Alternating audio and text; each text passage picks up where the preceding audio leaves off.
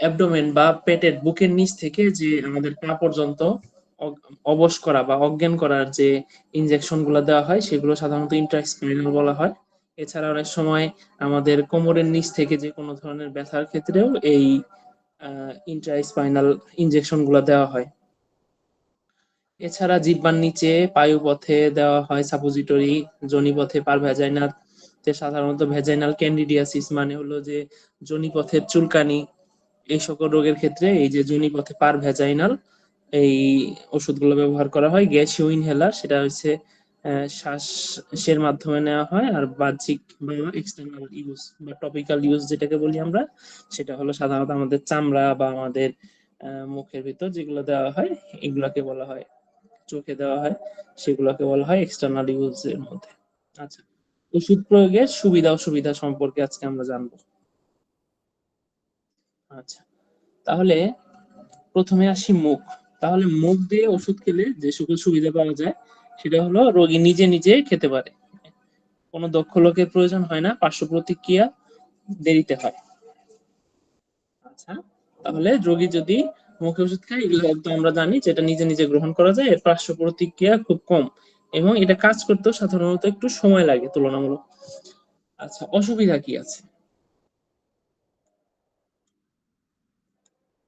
অসুবিধা কি আছে? অসুবিধার মধ্যে আছে হলো ওষুধের কার্যকারিতা দেরিতে শুরু হয়, যেটা বললাম যে ওষুধটা দেরিতে কাজ শুরু করে, কারণ এই ওষুধটা আমরা মুখে খাওয়ার পর সেটা আমাদের মুখ দিয়ে এরপর অন্য নালী দিয়ে পাকস্থলীতে যায়, পাকস্থলীতে যাওয়ার পর সেটা আস্তে আস্তে আমাদের ক্ষুদ্রান্ত বৃহদান্ত্র হয়ে সেখান থেকে অ্যাবজর্ব হয়। ওষুধটা অ্যাবজর্ব হওয়ার পর সেটা আমাদের ব্লাডে আসে, ব্লাড থেকে আস্তে আস্তে এই ওষুধটা তার যে কাজ সেটা শুরু করে, যার কারণে এটা তুলনামূলক সময় লাগে কাজ করতে।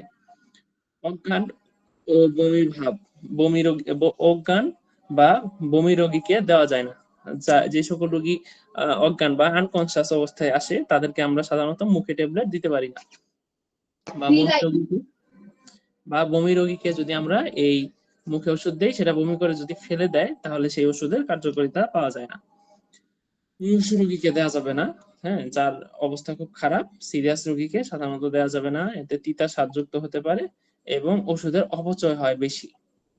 এটাতে ওষুধের হয় অপচয় বেশি, কারণ আমরা সাধারণত সরাসরি রক্তে বা মাংসপেশিতে যে সকল ওষুধ দেই সেটা খুব দ্রুত গতিতে কাজ করে, কারণ সেটা সরাসরি রক্তে চলে যায়, কিন্তু মুখে আমরা যে সকল ওষুধ খাই সেটা আগে পরিপাক হয়, পরিপাক হওয়ার পর আমাদের রক্তে যায় এবং তারপর সেটা তার অ্যাকশন শুরু করে। এর কারণে তুলনামূলক ওষুধের অপচয় হয় বেশি, কারণ যদি আমি 100% একটা ওষুধকে যদি আমি 100% ধরি সেটা খাওয়ার পর সেখান থেকে কতটুকু অ্যাবজর্ব হবে, কতটুকু মলের সাহায্যে বের হয়ে যাবে, এরপর অ্যাবজর্ব হওয়া ওষুধের কত অংশ কাজ করবে। তার মানে আমি যদি একটা 100% এর একটা ওষুধ খাই তাহলে সেটা সাধারণত দেখা যায় যে সর্বোচ্চ 60% বা 70% ওষুধ আমাদের বডিতে যে কাজ করে, বাকিটা আমাদের মল বা আমাদের ইউরিনের সাথে বের হয়ে যায়। মাংসপেশিতে দেওয়া হয় কোনগুলো, যে এগুলোর সুযোগ সুবিধা কি, যে ওষুধের কার্যকারিতা দ্রুত হয়। হ্যাঁ, ওষুধের কার্যকারিতা দ্রুত হয়, যেটা মাংসপেশিতে দেওয়া হবে সেটার ওষুধের কার্যকারিতা দ্রুত হবে। অজ্ঞান ও বমি রোগীকে প্রয়োগ করা যাবে। হ্যাঁ, সাধারণত মাংসপেশিতে আমরা ব্যথার যে ওষুধগুলো হয়, হ্যাঁ, সেগুলো সাধারণত দেওয়া হয়ে থাকে, নেলবান, হ্যাঁ, বা এই জাতীয় যে ব্যথার ওষুধগুলো থাকে সেগুলো, প্যাথিডিন, এই সকল ওষুধ দেওয়া হয়। অজ্ঞান ও বমি রোগীকে প্রয়োগ করা যায়, এই পথে ওষুধের অপচয় হয় না, হ্যাঁ, অপচয় হয় না এবং কম হয় বলা যায় তুলনামূলক।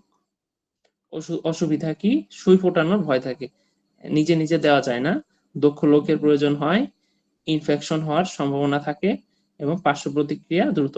আচ্ছা, যে ওষুধটা খাওয়ার পর দ্রুত কাজ করবে সেটা পার্শ্ব প্রতিক্রিয়াও খুব দ্রুত হবে, হ্যাঁ, এই কারণে মুখে ওষুধ খেলে সেটা পার্শ্ব প্রতিক্রিয়া, সেটার কাজও হয় আস্তে আস্তে এবং সেটা পার্শ্ব প্রতিক্রিয়াও হয় ধীরে ধীরে। আচ্ছা, এরপর আসি ইন্ট্রাভেনাস শিরাপথে, মানে হলো আমরা সাধারণত খাবার আমরা সাধারণত যে আমাদের শরীরে স্যালাইন দেই, হ্যাঁ, সেই স্যালাইন গুলো সাধারণত ইন্ট্রাভেনাস রুটে দিয়ে থাকি, হ্যাঁ। তো সেটা কিভাবে দেই?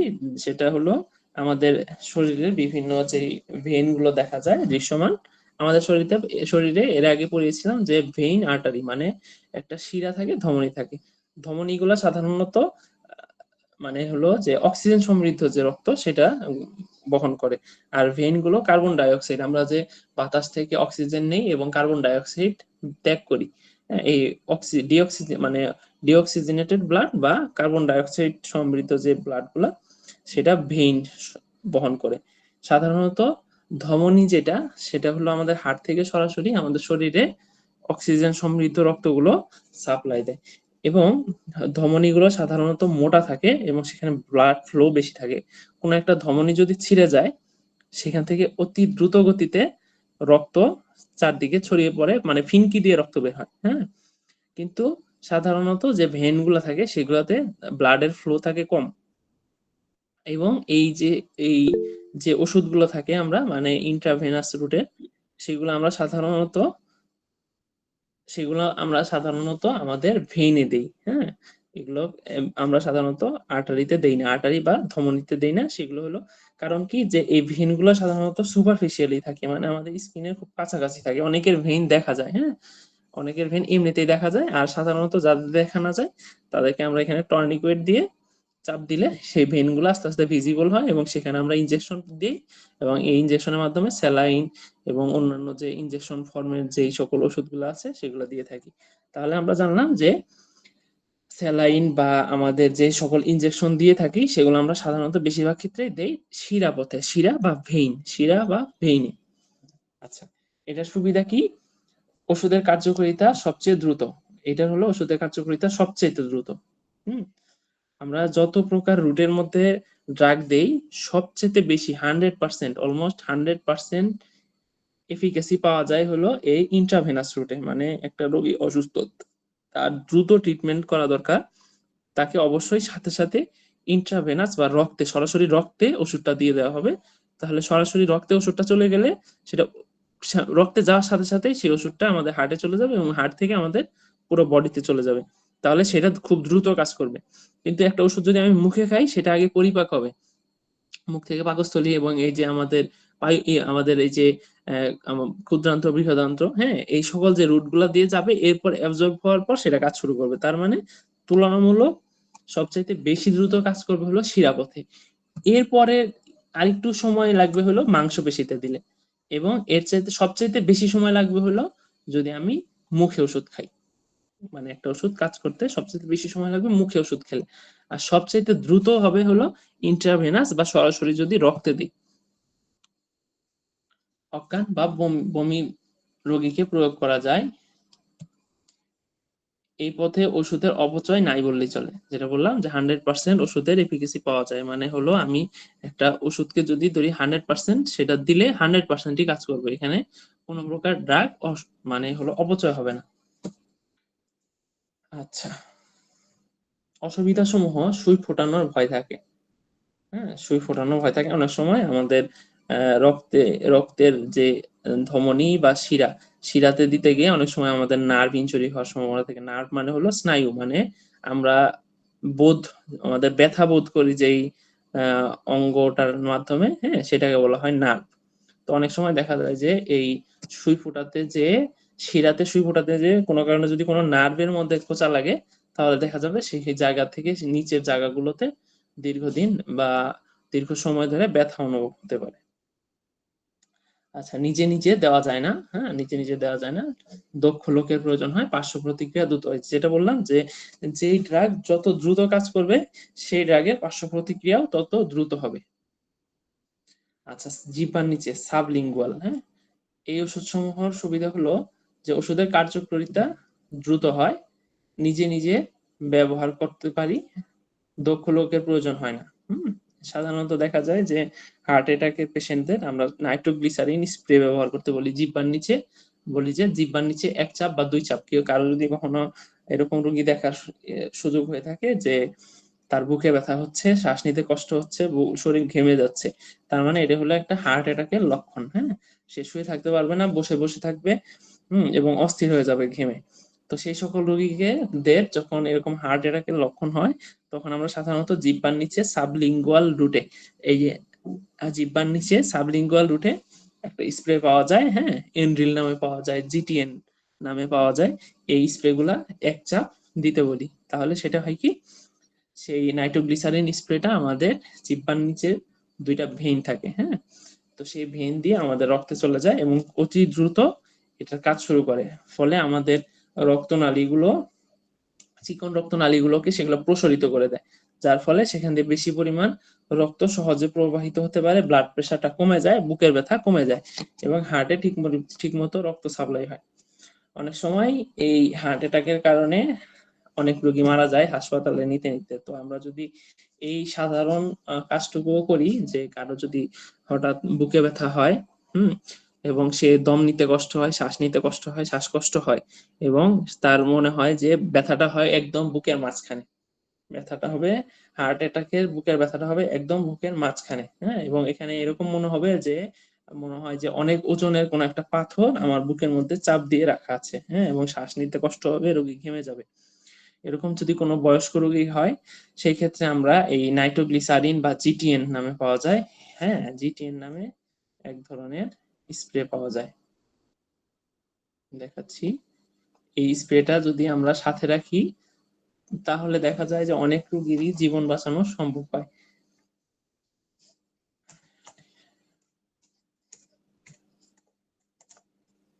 এই যে এই জিটিএন, এই জিটিএন নামে পাওয়া যায় একটা স্প্রে। এই যে এই স্প্রেটা যদি আমরা রাখি, তাহলে অনেক রোগীরই জীবন বাঁচানো যায় আমাদের বাসায় বা এরকম যখন হয় সেই সকল ক্ষেত্রে। এই যে জিটিএন এই স্প্রেটা, এটা খুবই কার্যকরী একটা স্প্রে।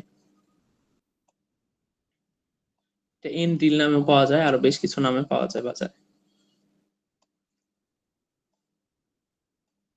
আচ্ছা, ঠিক আছে, তাহলে এটা আমরা নিজেরাই প্রয়োগ করতে পারি, দক্ষ কোনো লোকের প্রয়োজন হয় না, এটা সুবিধা এটা। আর অসুবিধা কি, তীব্র গন্ধ ও তিতা স্বাদযুক্ত হয়, বমির ভাব হতে পারে, অজ্ঞান বা বমি রোগীকে প্রয়োগ করা যায় না, অজ্ঞান বা বমি রোগীকে সাধারণত প্রয়োগ করা যায় না, কারণ জিহ্বার নিচে দেওয়াটা অত সহজ না। সব রোগীর ওষুধ এই পথে দেয়া যায় না। আচ্ছা, তাহলে পায়ুপথ, পার রেকটাল, হ্যাঁ, বা পার রেকটাম, সুবিধাসমূহ কি, এই পথে ব্যবহৃত ওষুধ দ্রুত ক্রিয়াশীল, মানে মুখের তুলনায় পায়ুপথে যদি ওষুধ দেই সেটা দ্রুত কাজ করে, হ্যাঁ, সাধারণত যখন দেখা যায় যে জ্বর হয় অনেক বেশি বা ব্যথা হয় অনেক বেশি, সাধারণত আমরা সাপোজিটরি দিতে বলি, সাপোজিটরি প্যারাসিটামল বা নাপা, হ্যাঁ, বা সাপোজিটরি ভলটালিন, ব্যথার জন্য সাপোজিটরি ভলটালিন, হ্যাঁ, 50 মিলিগ্রাম, এইসব আমরা অ্যাডাল্ট পেশেন্ট বা বয়স্ক পেশেন্টদেরকে দিতে বলি। এটা দ্রুত কাজ করে। তাইলে এই দ্রুত ক্রিয়াশীল আলসার রোগীদের জন্য নিরাপদ। আচ্ছা, এখন আরেকটা বিষয় বলি, যে আমরা জানি যে ব্যথার ওষুধ খেলে সাথে একটা গ্যাস্ট্রিকের ওষুধ আগে খেয়ে নিতে হয়, কারণ কি, ব্যথার ওষুধগুলা খেলে সেটা আমাদের পাকস্থলীতে যে ইরিটেশন করে, ইরিটেশন করার ফলে আমাদের পাকস্থলী থেকে বেশি পরিমাণ হাইড্রোক্লোরিক অ্যাসিড নিঃসরণ হয়, যার ফলে কি হয়, যে আমাদের পেটের মধ্যে অ্যাসিডিটি বৃদ্ধি পায়, যার কারণে এই পেটের মধ্যে অ্যাসিডিটি বৃদ্ধি হয়। এই কারণে এই ব্যথার ওষুধ গুলো খাওয়ার আগে সাধারণত আমরা এই গ্যাস্ট্রিকের ওষুধগুলো খেয়ে নিতে বলি, ঠিক আছে। তো কিন্তু সাধারণত পায়ু পথে যদি আমরা এই ওষুধগুলো দেই, সেই ক্ষেত্রে সেটা পাকস্থলীতে যায় না, যার ফলে পাকস্থলীর যে ইরিটেশন সেটা সাধারণত হয় না। এজন্য এই পার রেক্টাল বা পায়ু পথে এই ওষুধ দেওয়ার সুবিধা এটা, যে আলসারের জন্য, আলসারের রোগীদের জন্য নিরাপদ, হ্যাঁ, শিশুদের জন্য সুবিধা, এবং যারা ট্যাবলেট খেতে পারে না, ট্যাবলেট ফর্মের যে সকল ওষুধ যেগুলো খেতে পারে না, তাদের জন্য সহজে শিশুদের এই ওষুধগুলো দেওয়া যায়। ব্যথার ওষুধ এই পথে ব্যবহার করতে সুবিধা হয়। আচ্ছা, অসুবিধা কি আছে, ডায়রিয়া বা কলেরা রোগীকে দেওয়া যায় না, যার কন্টিনিউয়াসলি পায়খানা হচ্ছে এবং নরম পায়খানা হচ্ছে, তাদেরকে সাধারণত এটা দেওয়া যায় না। মলাশয়ে প্রদাহ হওয়ার সম্ভাবনা থাকে, এবং সকল ওষুধ এই পথে দেওয়া যায় না, সব ওষুধ আবার এই পার রেক্টাল বা পায়ু পথে দেওয়া যায় না। মলের বেগ থাকলে ওষুধের কার্যকারিতা কমে যাবে।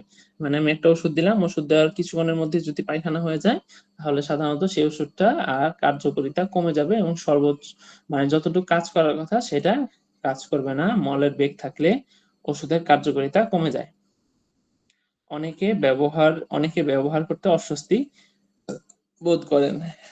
এটা সাধারণত কমন যে পাবরেকটাল রুটের ওষুধ বেশিরভাগ ক্ষেত্রে নিজে নিজে দেওয়া যায় না, সেই ক্ষেত্রে অনেকে এটাকে অস্বস্তি বোধ করে এবং অনেকে এইভাবে গ্রহণ করতে চায় না। আচ্ছা, প্রেসক্রিপশন। কোন রোগীকে তার রোগের জন্য একজন চিকিৎসক তার প্যাডে সেই রোগীর প্রতি লিখিত নির্দেশ, উপদেশ, ঔষধ বিক্রেতার নিকট যে আদেশ দিয়ে থাকেন তাকে প্রেসক্রিপশন বা ব্যবস্থাপত্র বলে। প্রেসক্রিপশনের বাংলা হলো ব্যবস্থাপত্র। এতে রোগের রোগীর বিবরণ, ঔষধ এবং রোগ নির্ণয় ও চিকিৎসা সম্পর্কিত সকল তথ্য দেয়া থাকে।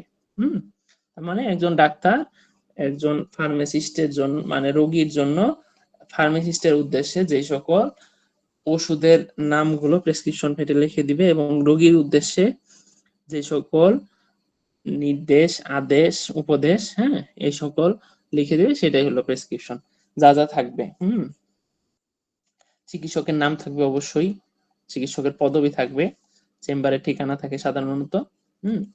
এছাড়া অবশ্যই থাকতে হবে কি রোগীর নাম থাকতে হবে, রোগীর বয়স, তারিখ থাকতে হবে, হ্যাঁ, ফার্মাসিস্টের প্রতি আরএক্স মানে সাধারণত বোঝাই আমরা ট্রিটমেন্ট, হ্যাঁ, ফার্মাসিস্টের প্রতি নির্দেশ মানে কি কি ওষুধ দিব এবং ওষুধের সাথে কি কি থাকতে হবে, একটা ওষুধের নাম, ওষুধের মাত্রা, ওষুধের পরিমাণ, হ্যাঁ, ওষুধের ফর্ম এবং ডোজ, এই জিনিসগুলো থাকতে হবে। মানে কি যে একটা ওষুধ লেখার আগে অবশ্যই ওষুধটা কি সিরাপ না ট্যাবলেট, এটা আগে লিখতে হবে। একটা ওষুধ লেখার আগে অবশ্যই লিখতে হবে ওষুধটা সিরাপ না ট্যাবলেট। হ্যাঁ, আমি যদি খুব সুন্দরভাবে একটা উপস্থাপন করি,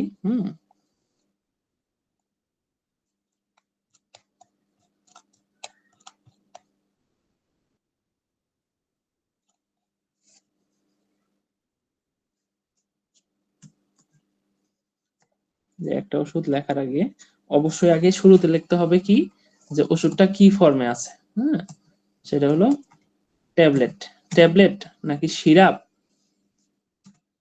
সিরাপ থাকলে এসওআইপি, হ্যাঁ, সিরাপ থাকলে এসওআইপি।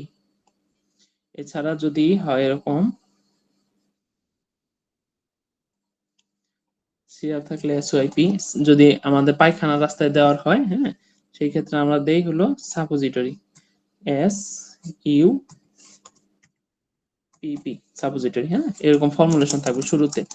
এছাড়া থাকবে কি, মনে করেন যে আমি দিব মুখে ওষুধ, হ্যাঁ, ট্যাবলেট দিব, তাহলে ট্যাবলেট লেখার পর এরপর থাকবে ওষুধটার নাম, ওষুধটার নাম মনে করেন আমি দিলাম নাপা, এনে ফিএ, নাপা, এটা হলো ওষুধের নাম।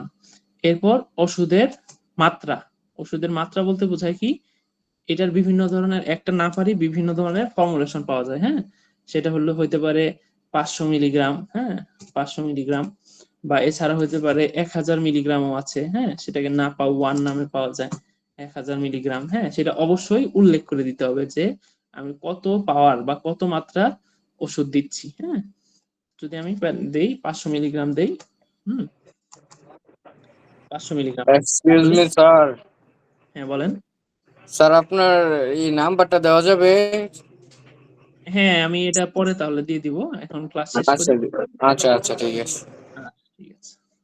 আচ্ছা, তাহলে আমি বললাম কি যে শুরুতেই থাকবে যে এটার ফর্মুলেশনটা কি, সেটা সিরাপ ফর্মে আছে না ইনহেলার ফর্মে আছে নাকি সাপোজিটরি ফর্মে আছে সেইটা, হ্যাঁ।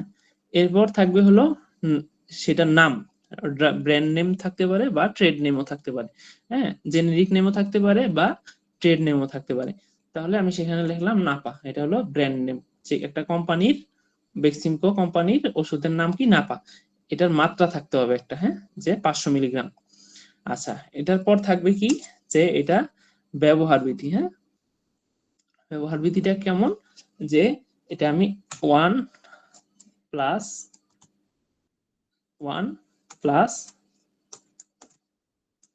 1, হ্যাঁ 1 + 1 + 1 মানে এটা হলো 3 বেলা 3টা খেতে পারবো। হ্যাঁ, যদি এরকম হয় 2 বেলা খাবে তাহলে মাঝখানে হবে 0। ঠিক আছে, মানে সকাল দুপুর রাত 3 বেলার মধ্যে এভাবে থাকবে 1 + 1 + 1, মানে এটা হলো ব্যবহার বিধি। হ্যাঁ, তাহলে ওষুধের নাম, মাত্রা, পরিমাণ। হ্যাঁ, তাহলে প্রথমে লিখলাম ফর্ম আর ডোজ। হ্যাঁ, এরপর লিখলাম কি, তাহলে এখানে তাহলে একটা ওষুধ লেখারই কয়েকটা অংশ অবশ্যই প্রেসক্রিপশনে থাকা বাধ্যতামূলক। তাহলে এটা হলো ফর্মুলেশন, প্রথমে ট্যাবলেট, এরপর নাম। শুধু নাপা লিখলে আবার হবে না, নাপার সাথে লিখতে হবে এটার পাওয়ার কত, সেটা কি না 500 মিলিগ্রাম নাকি 1000 মিলিগ্রাম, মানে যেটা হলো নাপা 1 নামে পাওয়া যায়। হ্যাঁ, সেটা লিখতে হবে। এরপর আমি ব্যবহার বিধি, সেটা হলো 1 + 1 + 1। এরপর আবার লিখে দিতে হবে যে এটা কয়দিন সে পাবে। হ্যাঁ, এবং কখন পাবে। সাধারণত ব্যথার ওষুধ এবং প্যারাসিটামল জাতীয় ওষুধগুলো আমরা বলি সাধারণত ভরা পেটে খেতে। তাহলে ভরা পেটে খেতে বললে তাহলে লিখে দিতে হবে আফটার মিল। হ্যাঁ, বা বাংলায় যদি লিখি তাহলে আফটার মিল মানে হলো খাবার পর। আর বাংলায় যদি লিখি তাহলে বাংলা খাবার পর লিখতে হবে, এবং সাথে লিখতে হবে কি কয়দিন সে খাবে, এই ওষুধটা সে কতদিন খাবে। তাহলে আমি লিখলাম যে 5 দিন। হ্যাঁ, 5 ডেজ।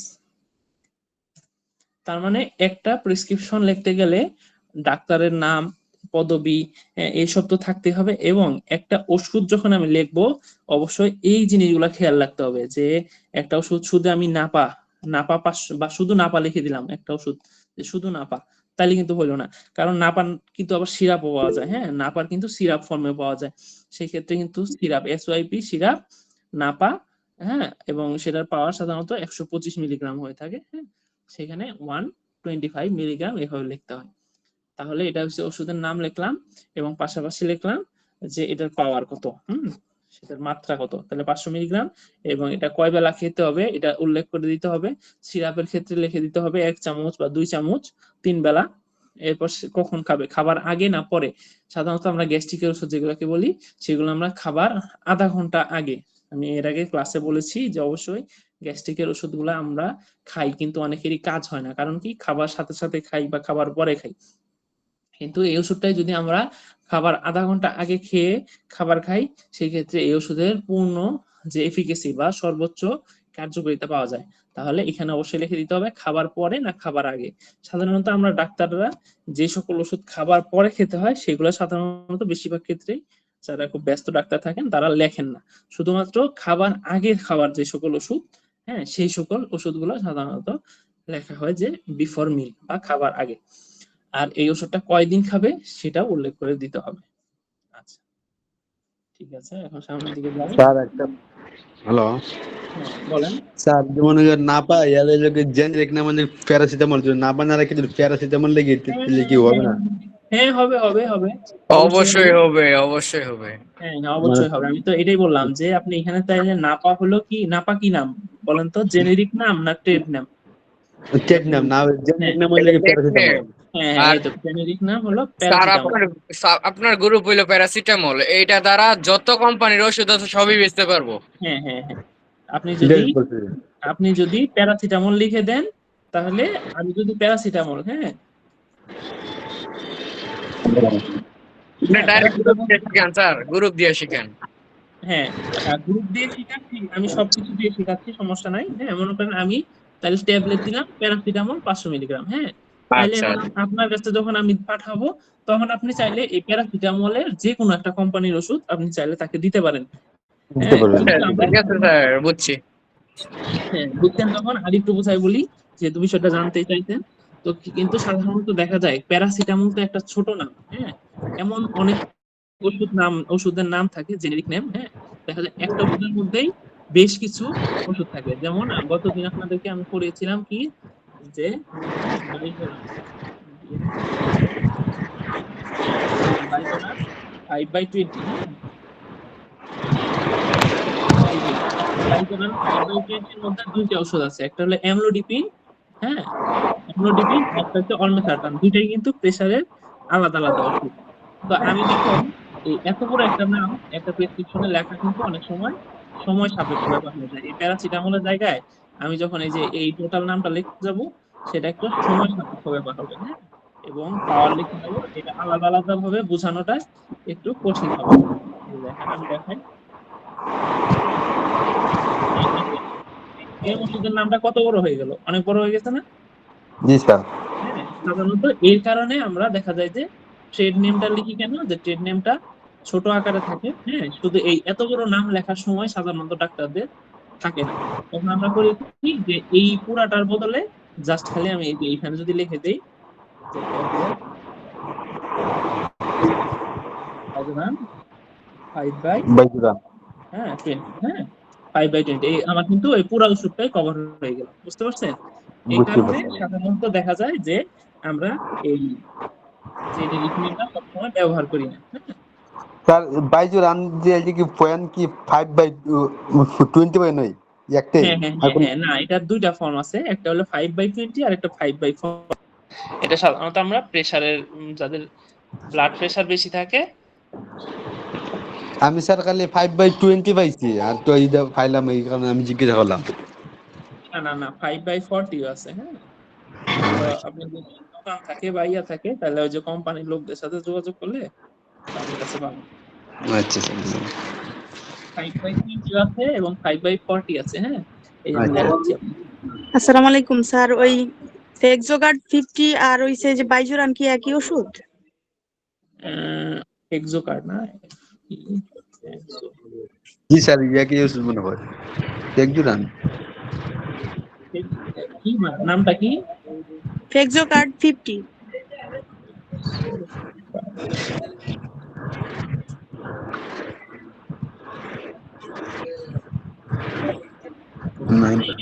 স্পেলিংটা জানা আছে?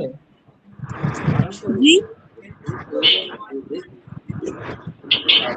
গ্রুপের নামটা বলেন।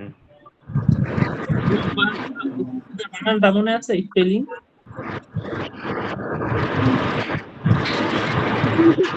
কোম্পানির। আচ্ছা স্যার ফেক্সো ফেনাডিন হয়তো। না না না, এটা হচ্ছে প্রেশারের জন্য। ও প্রেসারের জন্য হতে পারে, অলরেডি আমাকে একটু ওই যে, 5 mg। হ্যাঁ হ্যাঁ হ্যাঁ। ওটা তো হলো ইয়া, ওইটা কি অলমেডিপ হলো ওই যে অলমেসার্টান, আর অলরেডি হলো 5 প্লাস আছে অ্যামলোডিপিন। স্যার, গ্যাস্ট্রিকও আছে। হ্যাঁ, অলমেডিপ হলো অ্যামলোডিপিন আর অলমেসার্টান, ওইটা আর বাইজোরান একই, ঠিক আছে? অলমেডিপ যেটা, আচ্ছা, ঠিক আছে। আপনি মনে হয় ফিক্সো কার্ড বলতেছেন না? না, যে প্রশ্নটা, আমি ছবিটা দেই। আপনি যে প্রশ্নটা করেছিলেন, আপনি মনে হয় ফিক্সো কার্ড বলছেন, ফেক্সো কার্ড না ওটা, হ্যাঁ। ওটা হলো হ্যাঁ, অ্যামলোডিপিন আর হ্যাঁ স্যার, ওইটা মনে হয় ফেক্সোগার্ড ফেক্সো কার্টি, যে হ্যাঁ উনি ওটা হলো যেটা ফিক্সো, প্রশ্নটা করতে। হ্যাঁ হ্যাঁ হ্যাঁ ফিক্সো ইনসেপ্টা কার্ড, ফার্মাসিউটিক্যালের স্যার, হ্যাঁ হ্যাঁ এই যে ইনসেপ্টা ফার্মাসিউটিক্যালের। হ্যাঁ হ্যাঁ, এই যে ইনসেপ্টা কোম্পানি ভালো কোম্পানি, ঠিক আছে। এটা হলো ফিক্সো কার্ড, হ্যাঁ। এটা হলো অ্যামলোডিপিন যেটা আছে, আর সাথে আছে হলো এটা হলো ওইখানে যেমন ছিল অলমেসার্টান, এটা এটা আছে অ্যাটেনোনল, হ্যাঁ। এটা হচ্ছে আবার আরেক গ্রুপের ড্রাগ, দুইটা সেম না, দুইটাই প্রেসারের জন্য কাজ করে, কিন্তু হলো এটা আরেকটা গ্রুপের ড্রাগ। আচ্ছা স্যার, এটা সাধারণত প্রেশারের কোন পর্যায়ে দেওয়া যায় এটা? এটা সাধারণত এখানে হাই হলো, প্রেশার না লো প্রেশার? না অবশ্যই হাই প্রেসারে দেয়, হ্যাঁ। এটা হ্যাঁ হলো হ্যাঁ। সাধারণত যাদের ব্লাড প্রেসার সাধারণত বেশি থাকে এবং যাদের পালস বেশি থাকে, আমরা সাধারণত দেখবেন যে এই যে এখানে হাত দিয়ে পালস দেখি ডাক্তাররা, হ্যাঁ। এবং পালস অক্সিমিটার থাকে, আমি পড়িয়েছিলাম এর আগে বিগত ক্লাসগুলোতে, যে পালস অক্সিমিটার থাকে, যাদের পালস ইরেগুলার বা 100-র বেশি থাকে, হ্যাঁ, তাদেরকে সাধারণত এই যে তাদের ওই পালসের জন্য এই এটানলটা কাজ করে এবং ব্লাড প্রেসার কমানোর জন্য এটানলটা কাজ করে। কিন্তু যাদের ব্লাড প্রেসারটাও বেশি থাকে সাথে, হ্যাঁ, তাদের জন্য এই যে অ্যামলোডিপিনটা কাজ করে। তার মানে যাদের ব্লাড প্রেসারও অনেক বেশি থাকে, হ্যাঁ, এবং মানে অনেক বেশি, সেটা হলো সাধারণের চাইতে বেশি, যাদের 160 বা 100-র উপরে থাকে, এই ধরনের ব্লাড প্রেসার থাকে রেগুলার তাদের, এবং হার্ট রেটটা বেশি থাকে, মানে হলো যে আমরা পালস ধরলে ওই পালসটা সাধারণত 160 থেকে 100-র মধ্যে থাকবে, পড়িয়েছিলাম। তো সেটা যদি 100-রও বেশি থাকে, তখন এই হার্ট রেটটাও কন্ট্রোলে আনে এবং এই আমাদের ব্লাড প্রেসারটাও কম কন্ট্রোলে আনে, সেটাকে এই যে অ্যামলোডিপিন এবং এটানলের কম্বিনেশন দেওয়া হয়, এটাকে ফিক্সোগার্ড নামে বাজারে পাওয়া যায়। আচ্ছা, তাহলে বোঝা গেল যে আমরা, আচ্ছা, আচ্ছা ঠিক আছে, তাহলে আমরা এখান থেকে বুঝতে পারলাম যে একটা ওষুধের জেনেরিক নাম আর ট্রেড নামের গুরুত্বটা। আবার এখানে আরো কিছু বিষয় থাকে যে কেন আমরা সবসময় জেনেরিক নেমটা লিখি না, এর পিছনে আরো কয়েকটা কারণ থাকে। যেমন মনে করেন আমি প্যারাসিটামল আপনাকে লিখে দিলাম, হ্যাঁ, প্যারাসিটামল 500 মিলিগ্রাম আমি লিখে দিলাম আপনাকে। তখন আপনি বা আরেকজন আমাদের মতোই আরেকজন কোন এক ফার্মাসিস্টের হাতে যখন প্রেসক্রিপশনটা যাবে, সে করলো কি যে তুলনামূলক বিভিন্ন ধরনের বাজারে বিভিন্ন ধরনের ফার্মাসিউটিক্যাল কোম্পানি থাকে, হ্যাঁ, যাদের মান অনেকের ভালো অনেকের খারাপ, যেমন স্কয়ার, ইনসেপ্টা, হ্যাঁ, এগুলো সবসময় এ গ্রেডের ওষুধ বিক্রি করে। স্যার কিন্তু স্কয়ার, রেডিয়েন্ট আর রেনাটা এগুলো তো ভালো। হ্যাঁ স্কয়ার, হ্যাঁ হ্যাঁ হ্যাঁ, তো রেডিয়েন্ট, এরা ভালো। তো এমনও অনেক আবার কোম্পানি থাকে যাদের ট্রেড লাইসেন্সও থাকে না, হ্যাঁ, কিন্তু তারা দেখা যায়, এসিআই। হ্যাঁ, এরকম বিভিন্ন ধরনের কোম্পানির ওষুধ থাকে যেগুলো সাধারণত বাজারে বৈধ না, কিন্তু হ্যাঁ তারা, স্যার, অবৈধ, ওই যে যেমন শরীফ কোম্পানি আসে, ওই যে অন্য অন্য হ্যাঁ কোম্পানি হ্যাঁ হ্যাঁ আসে। বুঝতে আপনারা পারছি জানেন, স্যার, ক্লিয়ার হ্যাঁ হয়েছে, হ্যাঁ। হ্যাঁ হ্যাঁ। তো এরকম অনেক কোম্পানির ওষুধ থাকে যেটা অবৈধ, হ্যাঁ, এবং যারা বাজারে মনে করেন যে এক প্রকার চুরি করে ব্যবসা করে, বিভিন্ন হ্যাঁ, ফার্মাসিস্ট হ্যাঁ। যারা থাকে তাদের সাথে একটা ভালো সম্পর্ক আবার রেখে আবার কি তারা, বলে, আবার বলে কোনো ডাক্তার যেন না জানে। এই তো আপনি আপনি জিনিসটা বুঝতে পেরেছেন, হ্যাঁ। তো এই জন্য সেই ক্ষেত্রে আমি যদি আপনাকে প্যারাসিটামল লিখে দেই, এটা হলো আপনি যে ফার্মাসিস্টের কাছে যাবেন, হ্যাঁ, ফার্মাসিস্টের কাছে, সে তার ইচ্ছা মতো তার বেশি লাভের জন্য একটা এমন একটা ওষুধ আপনাকে ধরাই দিতে পারে যেটা আসলে কার্যকারিতা কম এবং যেটাতে ভেজাল বেশি। হ্যাঁ, তো একটা ওষুধ আপনি খাবেন ভালো হওয়ার জন্য, সুস্থ হওয়ার জন্য, কিন্তু যখন আপনি ভেজাল যুক্ত যখন একটা ওষুধ খাবেন তখন দেখা যাবে সেখানে কাজ হবে না। হুম, তার মানে তখন এই জিনিসটা টোটালি নিয়ন্ত্রণ চলে আসে কার কাছে, যে যে ফার্মেসির দোকানদার আপনাকে ওষুধ দিচ্ছে। এই কারণে যখন আমি লিখে দিব নাপা, এইস বা রেনোভা বিভিন্ন নাম, হ্যাঁ, তার মানে আমি ওই কোম্পানিকে ইন্ডিকেট করে দিচ্ছি যে ওই কোম্পানির ওষুধটা আমার কাছে ভালো মনে হয়। হ্যাঁ, তাহলে ওইটা যখন আপনি ওইটাই যখন কিনে খাবেন প্রেসক্রিপশনের সাথে, সেই ক্ষেত্রে আপনার ভালো হওয়ার সম্ভাবনাটা থাকবে বেশি। তো এখানে আসলে এই কারণেই এই যে জেনেরিক নেম এবং ট্রেড নেম এইগুলোর মধ্যে একটু পার্থক্য থাকে এবং এক এক সময় এক একটা লেখা হয়। আশা করি সকলে বুঝতে পেরেছেন।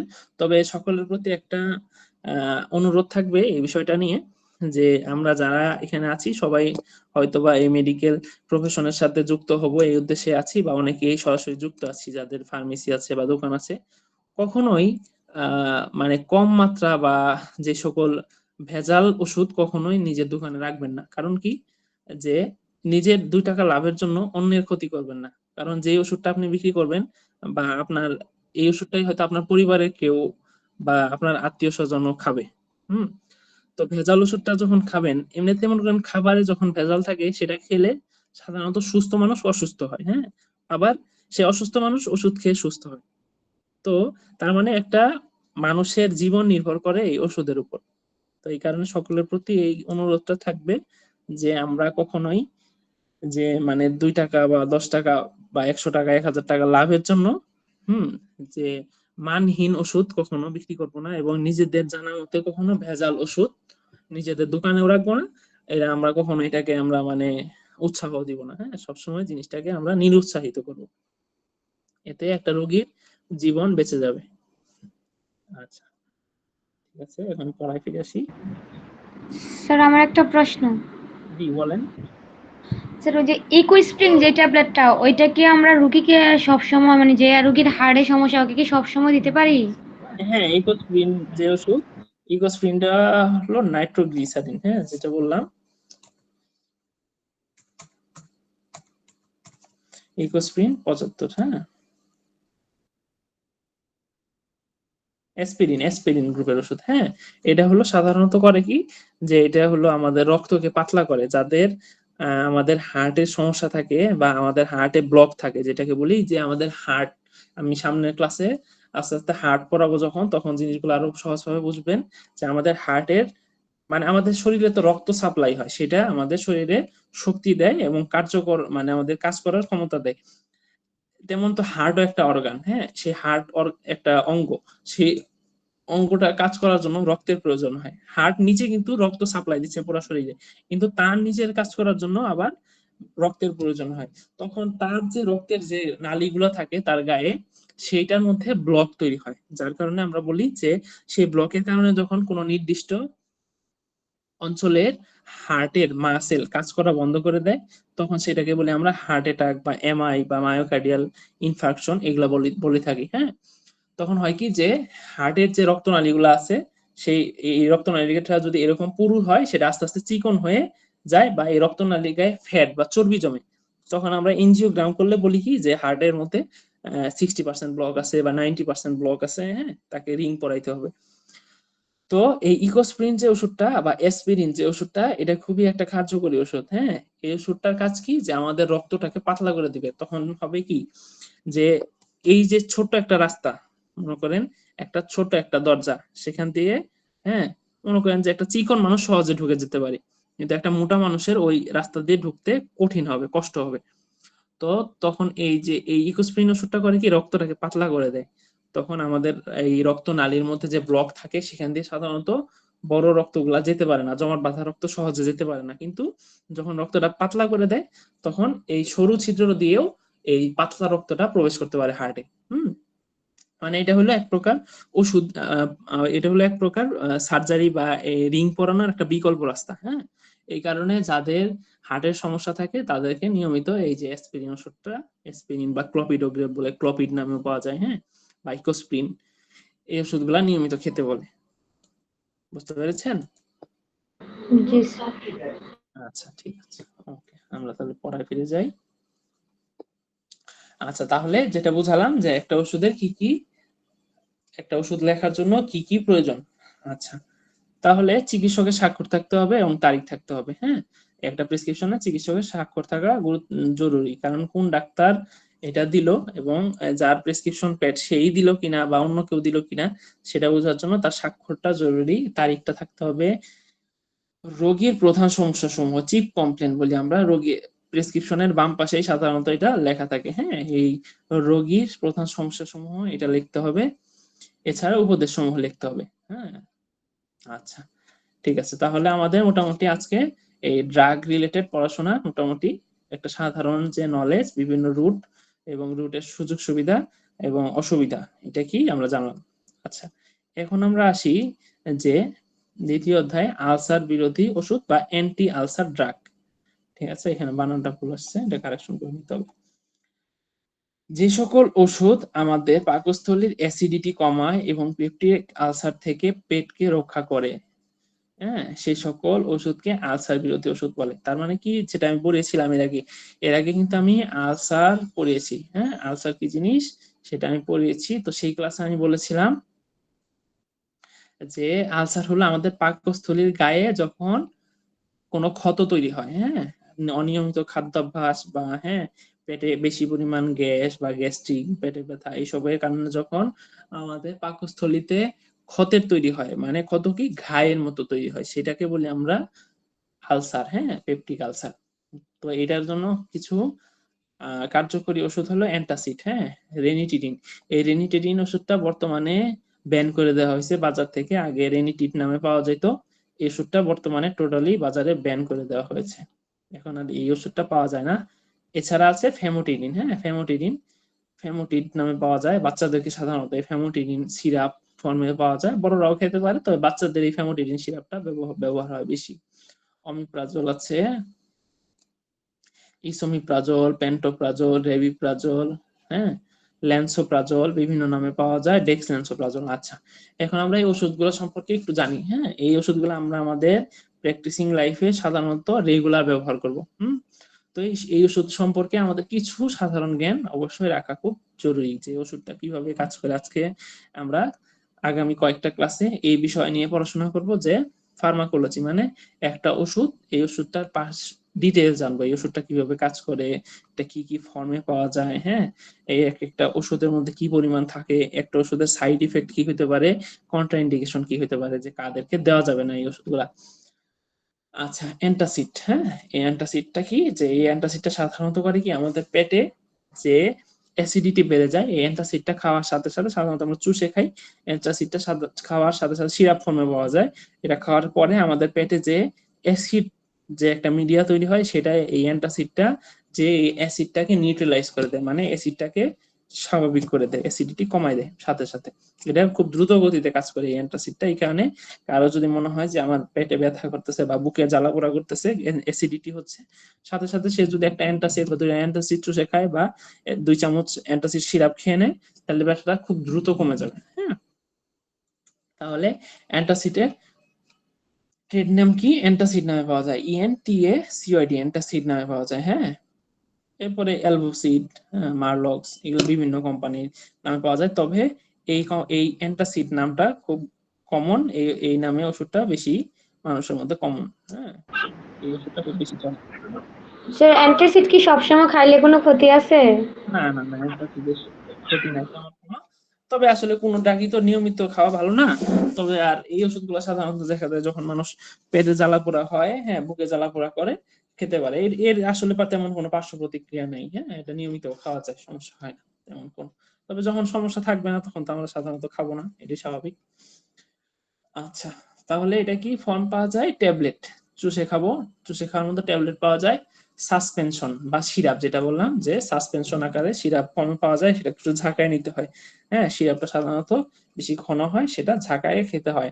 ডোজ, ইনগ্রিডিয়েন্ট, মাত্রা। হ্যাঁ, তাহলে প্রতিটা ট্যাবলেটের মধ্যে, একটা অ্যান্টাসিড ট্যাবলেটের মধ্যে 2টা জিনিস থাকে, একটা অ্যালুমিনিয়াম, একটা ম্যাগনেসিয়াম। হ্যাঁ, অ্যালুমিনিয়াম থাকে হলো 250 মিলিগ্রাম, আর ম্যাগনেসিয়াম থাকে 400 মিলিগ্রাম। হ্যাঁ, এটা আমরা জাস্ট জেনে রাখি।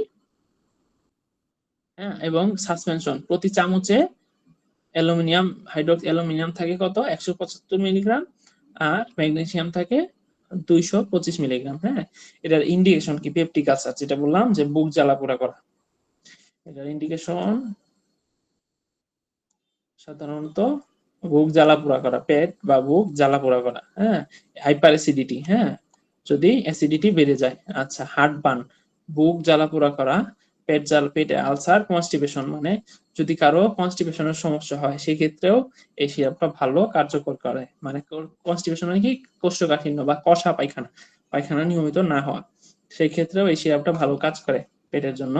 এই সিরাপটা খুব ভালো একটা ওষুধ। হ্যাঁ, যে কোনো ধরনের গ্যাস্ট্রিক আলসার এই ধরনের ক্ষেত্রে।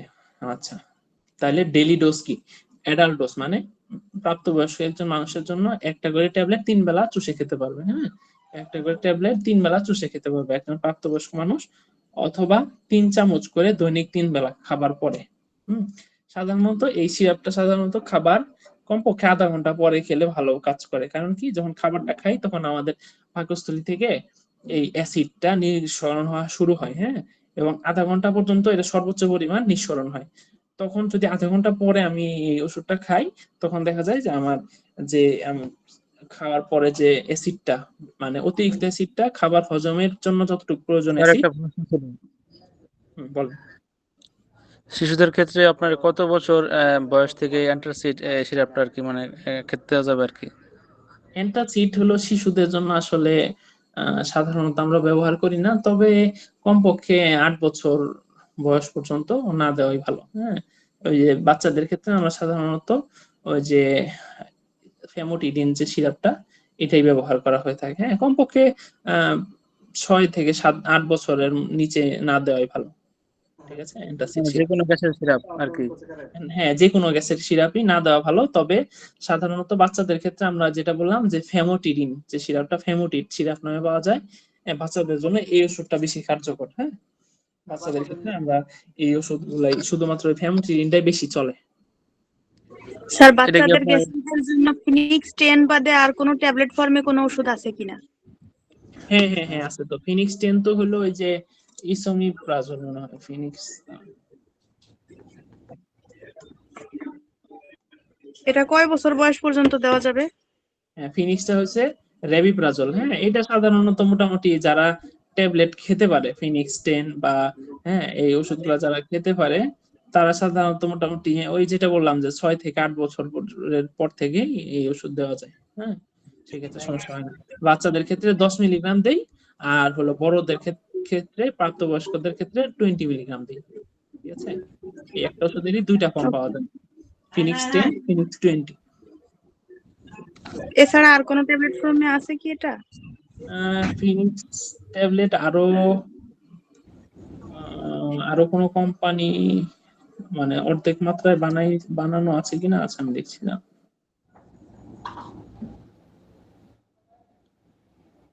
ফিনিক্স আছে, এই যে পেরিসেল আছে, হ্যাঁ এটা হলো এসিআই কোম্পানির, হ্যাঁ একই ওষুধ, এসিআই কোম্পানির পেরিসেল নামে পাওয়া যায়। ফিনিক্সটা চলে বেশি সাধারণত বাচ্চাদের জন্য আর কি, কারণ এই সব কোম্পানি আবার এই ওষুধটা 10 পাওয়ারে বানায় না। হুম, রেবিপ্রোল এই নামে আছে, হ্যাঁ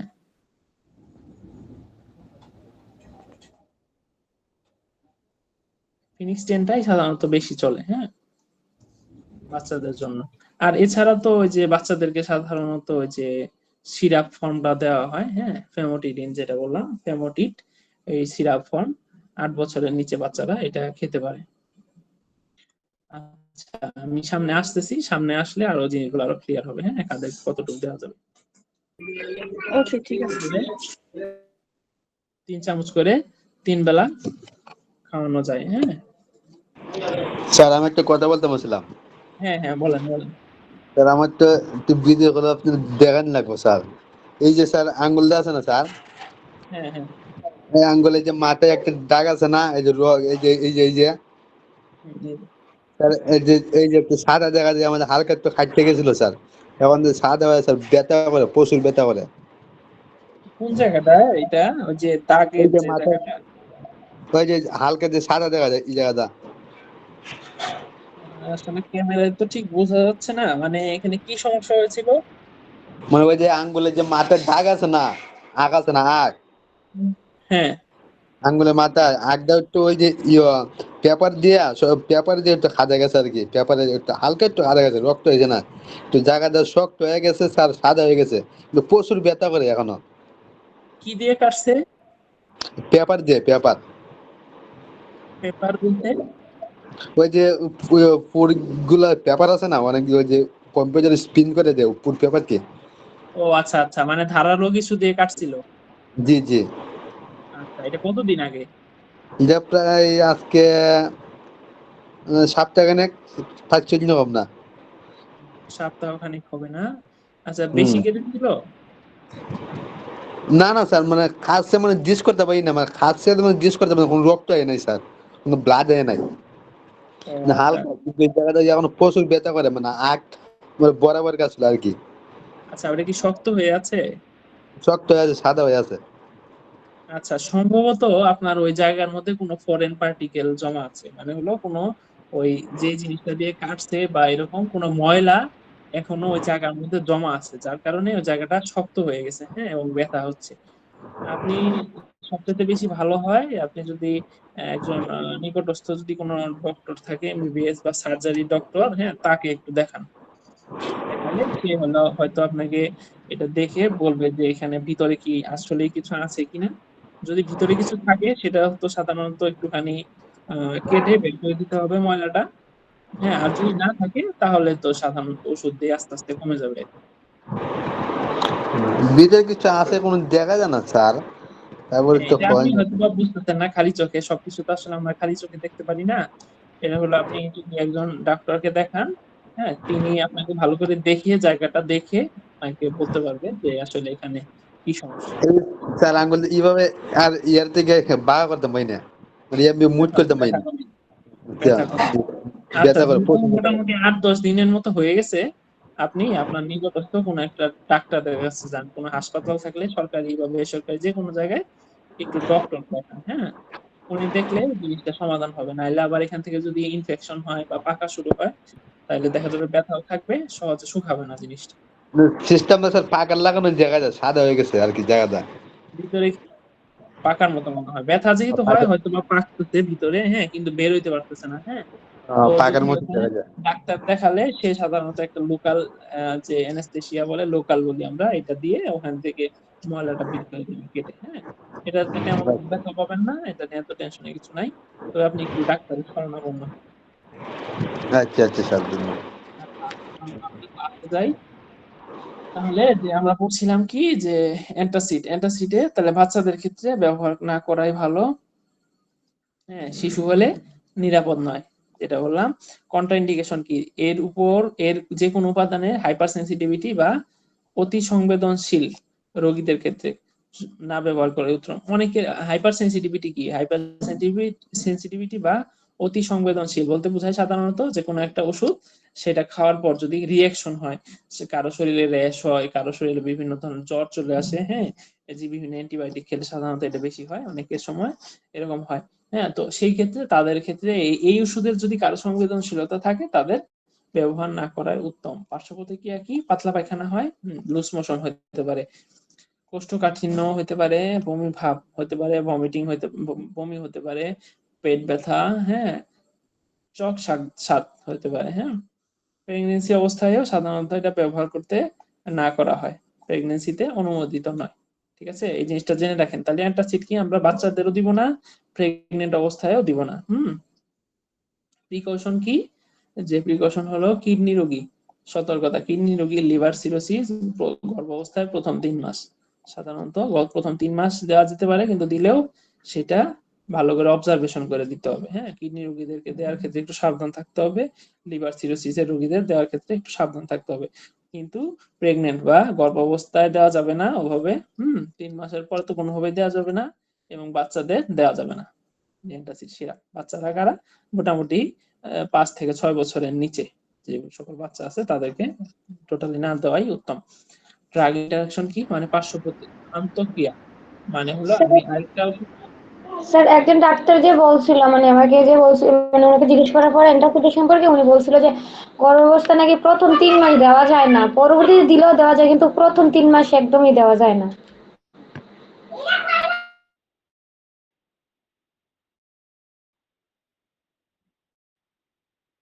প্রথম 3 মাস বলছে কোনটা, অ্যান্টাসিড জি কোনটা স্যার। জিজ্ঞেস করেছিলেন? স্যার ওই যে অ্যান্টাসিড যে ট্যাবলেটটা, এখন তো অ্যান্টাসিড বলে। অ্যান্টাসিড জিজ্ঞেস করেছেন? আচ্ছা ঠিক আছে, তো সেই ক্ষেত্রে আমরা অ্যান্টাসিড প্রেগন্যান্সিতে না দেওয়াটাই সবচেয়ে উত্তম। এখানে লেখা আছে যে প্রেগন্যান্সিতে অনুমোদিত নয়। হ্যাঁ, প্রেগন্যান্সিতে আমরা তাহলে এটা না ব্যবহার করা সবচেয়ে ভালো। ঠিক আছে, যেহেতু এটা নিয়ে একটু কনফিউশন, তো এমনিতেও এটা হচ্ছে না দেওয়াই ভালো, কিন্তু এখানে প্রিকশন মানে সতর্ক অবস্থায় প্রথম 3 মাসের বিষয় লিখেছে। তো কিন্তু আমরা তাহলে প্রেগনেন্সিতে এটা ব্যবহার করব না। ঠিক আছে, আমাদের এত কনফিউশনের যাওয়ার দরকার নাই। প্রেগনেন্সি এবং বাচ্চাদের ক্ষেত্রে, মানে বাচ্চাদের ক্ষেত্রে এবং প্রেগনেন্সিতে আমরা এই ওষুধ একদমই টোটালি ব্যবহার করব না। অ্যান্টাসিড। স্যার আমার একটা প্রশ্ন ছিল। তাহলে ড্রাগ ইন্টারাকশন কি, যে হ্যাঁ হ্যাঁ বলুন। প্রশ্নটা হলো যে আমার বাচ্চারে যে নওনিহাল ওই ড্রপ এই সিরাপটা খাওয়ানো হচ্ছে গ্যাসের প্রবলেম হলে, এটা কি কোনো পার্শ্ব প্রতিক্রিয়া আছে নাকি স্যার? স্পেলিংটা বলেন। নওনিহাল।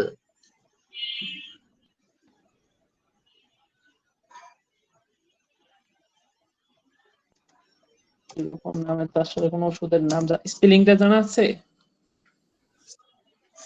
আচ্ছা আমি কি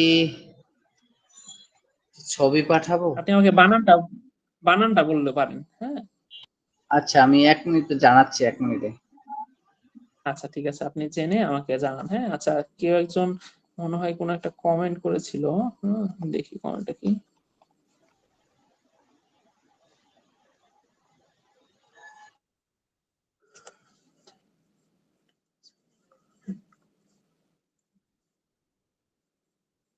আচ্ছা, একজন প্রশ্ন করেছিল যে স্যার ঝাল জাতীয় খাবার খেলে পায়ুপথে জ্বালাপোড়া করা, এটি কি পাইলসের কারণ?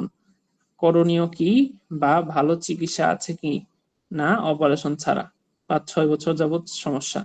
আচ্ছা, এখন একটু আসলে এই বিষয়টা সম্পর্কে ডিটেলস জানা দরকার, যে এই সমস্যাটা কি মানে শুধু ঝাল জাতীয় খাবার খেলেই হয়, নাকি এটা সাধারণত এমনিতেও হয়? হ্যাঁ, যদি সাধারণত 5-6 বছর যাবত সমস্যা যেহেতু বলছেন, সাধারণত এটা হলো যেরকম সমস্যা শুধু জ্বালা পোড়া যদি হয়, রক্ত না আসে, হ্যাঁ, সেক্ষেত্রে এটা অ্যানাল ফিশার হওয়ার সম্ভাবনা সবচেয়ে বেশি পায়ুপথে যদি হয়। আর যদি সাধারণত রক্ত আসে বা কিছু পায়খানা রাস্তা দিয়ে কিছু বের হয়ে আসে এবং সেটা অনেক সময় চলে যায় বা অনেক সময় যায় না, সেই ক্ষেত্রে সাধারণত আমরা এটাকে পাইলস বা হেমোরয়েড বলি। হ্যাঁ, তো আসলে এই সমস্যাটা যে কি, এটা হলো প্রথম কথা হলো এটা হলো ক্লিনিক্যাল এক্সামিনেশন, বা সমস্যাটা আসলে ভালো করে দেখে পরীক্ষা করে একটা ধারণা পাওয়া যেতে পারে। তো অবশ্যই চিকিৎসা আছে, আপনি একজন সার্জারি ডাক্তারের সাথে যোগাযোগ করতে পারেন এই সমস্যাটার জন্য, বা গ্যাস্ট্রোলজি ডাক্তারের সাথেও দেখাইতে পারেন। হ্যাঁ, তো দেখালে তো সে আপনাকে একটা ভালো ট্রিটমেন্ট দিতে পারবে। অবশ্যই চিকিৎসা আছে। যদি এরকম হয় অ্যানাল ফিশার থাকে তাহলে তো অবশ্যই কিছু ট্রিটমেন্ট আছে, সেটা দিয়ে যদি ভালো হয় তো হলো, আর নাইলে সেক্ষেত্রে অপারেশনের প্রয়োজন হয়। আর পাইলস হলেও সেই ক্ষেত্রেও যদি সেটা নিচের দিকে ঝুলে থাকে বা রক্ত আসে সেই ক্ষেত্রে অপারেশন করতে হয়। তো আপনি একজন সার্জারি ডক্টরের সাথে যোগাযোগ করুন, তাহলে এটার সমাধান আপনি পাবেন ইনশাল্লাহ। আচ্ছা, ঠিক আছে। এরপর আমরা আবার একটু পরে ফিরে আসছি যে ড্রাগ ইন্টারঅ্যাকশন। তাহলে ড্রাগ ইন্টারঅ্যাকশনে কি পাবো, যে ওষুধের অন্তঃক্রিয়া মানে হলো যে আমি একটা ওষুধ খাচ্ছি কিন্তু দুইটা ওষুধ খেলাম, হ্যাঁ, একটা ওষুধের কারণে যদি আরেকটা ওষুধের কার্যকারিতা কমে যায়, হ্যাঁ, সেটাকে বলা হয় ড্রাগ ইন্টারঅ্যাকশন। সাধারণত ascorbic acid, tetracycline, antibiotic, allopurinol, quinolone, cephalosporin, হ্যাঁ, কর্টিকোস্টেরয়েড, হ্যাঁ, আইসোনিয়াজাইড, সাধারণত এই সকল ওষুধের ক্ষেত্রে এটার অ্যাবজর্পশনটা কমে যায়। হ্যাঁ, তো এটা আসলে অতটা গুরুত্বপূর্ণ না, সাধারণত এটা বললে অতটা মনে রাখতে পারবেন না। এটার মানে অ্যাবজর্পশন কমে যায় কিন্তু যে কাজ টোটালি করবে না এমন না। এই অ্যান্টাসিডের ক্ষেত্রে অ্যাবজর্পশন কিছুটা কমে যেতে পারে কিন্তু কাজ করবে। আচ্ছা, এখন যেটা বলছিলাম যে রেনিটেডিন, হ্যাঁ, এই একসময় রেনিটিড নামে এই ওষুধটা খুব পাওয়া যাইতো, হ্যাঁ, কিন্তু বর্তমানে এই রেনিটিডিন বা রেনিটিড এই ওষুধটা পাওয়া যায় না, বাজার থেকে এটা উঠাই দেওয়া হয়েছে। কারণ কি, যে এই রেনিটিডিন বা রেনিটিড ওষুধ থেকে বিজ্ঞানীরা পরীক্ষা করে জানতে পারছেন যে এটা দীর্ঘদিন খেলে এখান থেকে ক্যান্সার বা ক্যান্সারের যে সেল এটা আমাদের বডিতে উৎপত্তি হওয়ার সম্ভাবনা থাকে, মানে এটার সাথে ক্যান্সারের একটা সম্ভাবনা আছে। হ্যাঁ, যার কারণে বর্তমানে আমাদের বাজার থেকে এই রেনিটিড, হ্যাঁ, নিউটেক নামে পাওয়া যাইতো এই ওষুধটা বাজার থেকে টোটালি উঠিয়ে দেওয়া হয়েছে। তো যেহেতু এটা বাজার থেকে টোটালি বর্তমানে ব্যান করে দেওয়া হয়েছে এবং পুরো পৃথিবীতেই বর্তমানে এই রেনিটিডিন ওষুধটা আর পাওয়া যায় না ওইভাবে, তাই এটা সম্পর্কে আমরা খুব বেশি কিছু জানবো না। তবে এইটুকুই জানবো যে আগে এটা আমাদের পেপটিক আলসার ডিজিজ বা বুক জ্বালা পোড়া এই ওষুধের জন্য ব্যবহার করা হতো। এরপরে ফেমোটিডিন আসলাম, যেটা বলছিলাম তখন ফেমোটিডিনটা সাধারণত ফেমোটিড নামে পাওয়া যায়, ফেমোডিন নামে পাওয়া যায়, এছাড়া ফেমোটেক নামে পাওয়া যায়। বাজারে বিভিন্ন কোম্পানির বিভিন্ন নামে পাওয়া যায়, এগুলো হচ্ছে ট্রেড নেম বা বাণিজ্যিক নেম। তাহলে এটা ডোজ 20 বা 40 মিলিগ্রাম, 20 বা 40 মিলিগ্রাম। তাহলে ইন্ডিকেশন কি, পেপটিক আলসার, মানে আমি এখন যে সকল ড্রাগ গুলা পড়তেছি সেগুলো বেশিরভাগই যে আমাদের পেট জ্বালা পোড়া করা, বুক জ্বালা পোড়া করা, হ্যাঁ, খাবার খাওয়ার পরে যদি সমস্যা মনে হয় এই সকল যে সমস্যা, সেই ক্ষেত্রে এই ওষুধগুলো ব্যবহার করা হয়। ডিসপেপসিয়া উইথ এনএসএআইডি, তাহলে ব্যবহার কি, যেটা বললাম এনএসএআইডি মানে কি, নন স্টেরয়েড অ্যান্টি ইনফ্লামেটরি ড্রাগ, মানে হলো যে ওষুধগুলা খেলে আমাদের শরীরে ইনফ্লামেশন বা প্রদাহ কমাবে না কিন্তু ব্যথা কমাবে। হ্যাঁ, মানে ব্যথার ওষুধ, সোজা কথা ব্যথার ওষুধ। তাহলে ব্যথার ওষুধের সাথে এটা কাজ করে। ডেইলি ডোজ কি, ডেইলি ডোজ দৈনিক মাত্রা। প্রাপ্তবয়স্ক হলে, অ্যাডাল্ট হলে কত, 20 মিলিগ্রাম একটি ট্যাবলেট দৈনিক 2 বেলা, সকালে ও রাতে খাবে, এবং 40 মিলিগ্রাম হলে একটি ট্যাবলেট দৈনিক 1 বেলা, রাতে খাবারের আগে খাবে। আচ্ছা, খাবারের আগে, অবশ্যই ওষুধটা খাবারের আগে খাবে। হ্যাঁ, এই তাহলে ফেমোটিডিন ওষুধটা অবশ্যই আমরা জানি এমনিতে যে গ্যাসের ওষুধ, যে কোনো গ্যাসের ওষুধ সাধারণত খাবার আগে খেতে হবে। হ্যাঁ, তাহলে এটা যদি আমি 20 পাওয়ারের খাই সেটা 2 বেলা খাবো, সকালে রাতে খাবার আগে 30 মিনিট আগে, অবশ্যই খাবার 30 মিনিট আগে। এবং যদি 1 বেলা খাই আমি রাতে 40 মিলিগ্রাম খাবার আগে খাবো। আচ্ছা, শিশুদের ক্ষেত্রে এই কথাটা একটু ভুল লাগছে, নিরাপদ নয়, এটা আসলে ঠিক না। কারণ শিশুদের ক্ষেত্রে ফেমোটিড সিরাপ বর্তমানে খুব বেশি ভাবে ব্যবহৃত হয়, একদম বাচ্চা জন্মের পর থেকে শুরু করে ফেমোটিড ব্যবহার করা হয়। এখানে ভুল আছে, শিশুদের ক্ষেত্রে ব্যবহার করা যাবে। স্যার এই ওষুধটার নাম হচ্ছে নাওনিহাল। হ্যাঁ, বানানটা একটু বলুন। এই যে ছবিতে দেখতে পাচ্ছেন স্যার? ও আচ্ছা আচ্ছা, দাঁড়ান দাঁড়ান। এটা তো হলো দেখি, ছবিটা একটু নিচে নামান। এটা হলো ইউনানি। আচ্ছা আচ্ছা, আসলে এই সকল ওষুধ তো আমরা যারা এমবিবিএস ডাক্তার, আমরা এই সকল ওষুধ আমরা আসলে প্রেসক্রাইব করিও না, এসব সম্পর্কে আমরা আসলে ভালো ধারণা ধারণা রাখিও না, বুঝতে পারছেন? এই তবে আহ, এখানে কারা কেমন যারা আছেন জানি না, তবে এই সকল ওষুধ পারতপক্ষে না খাওয়াই ভালো, বুঝতে পারছেন? এগুলো হলো ইউনানি ওষুধগুলো, সাধারণত বর্তমানে ওষুধের মধ্যে ভেজালই বেশি। মানে এখানে লেখা থাকে ইউনানি বা হার্বাল, বিভিন্ন ধরনের লেখা থাকে, বিভিন্ন গাছ বা ইয়া থেকে তৈরি। হ্যাঁ, কিন্তু এগুলাতে আসলে সাধারণত দেখা যায় স্টেরয়েড বলে আমরা যে সকল ওষুধ। হ্যাঁ, এই ওষুধগুলা খেলে সাধারণত সকল সমস্যা, শরীরের সকল সমস্যা তাৎক্ষণিকভাবে উপশম হয়ে যায়। হ্যাঁ, সেই সকল ওষুধ দেওয়া থাকে হ্যাঁ বেশি ডোজে, মানে আমাদের শরীরে যতটুকু খাওয়ার প্রয়োজন যতটুকু তার চাইতে বেশি ডোজে দেওয়া থাকে। আচ্ছা, এই ওষুধটা আপনি কেন খাওয়ান বাচ্চাকে, কি কারণে? স্যার এটা গ্যাসের প্রবলেম হইলে এক ডাক্তার আমার দিছিল বাচ্চারে আমার, যে এটা খাওয়াও, এটা প্রবলেমটা সলভ হবে গ্যাসের প্রবলেম এটা কি জন্য কোনো খাওয়ানো। ডাক্তার দিয়েছিল আসলে? জি জি জি। এমবিবিএস ডক্টর দিয়েছিল? জি জি। আচ্ছা, এরকম সাধারণত হওয়ার কথা না। হ্যাঁ, কারণ এমবিবিএস ডক্টররা কখনো এই সকল ওষুধ প্রেসক্রাইব করি না আমরা কখনোই। হ্যাঁ, এখন হয়তো এক আপনার ভুল হতে পারে, সে হয়তো এমবিবিএস ডক্টর না, এটা হতে পারে। আর দ্বিতীয়ত হতে পারে অনেকের পার্সোনাল বিষয় থাকে, এটা দিতেও পারে। তবে আমরা কখনোই ওই ম্যাডাম ওই বাবুরও সিজারও করছে ওই ম্যাডাম, আচ্ছা উত্তর আচ্ছা, হাই কেয়ার মেডিকেল। কোন জায়গা? উত্তর হাই কেয়ার মেডিকেল। আচ্ছা, ডক্টরের নাম কি জানা আছে?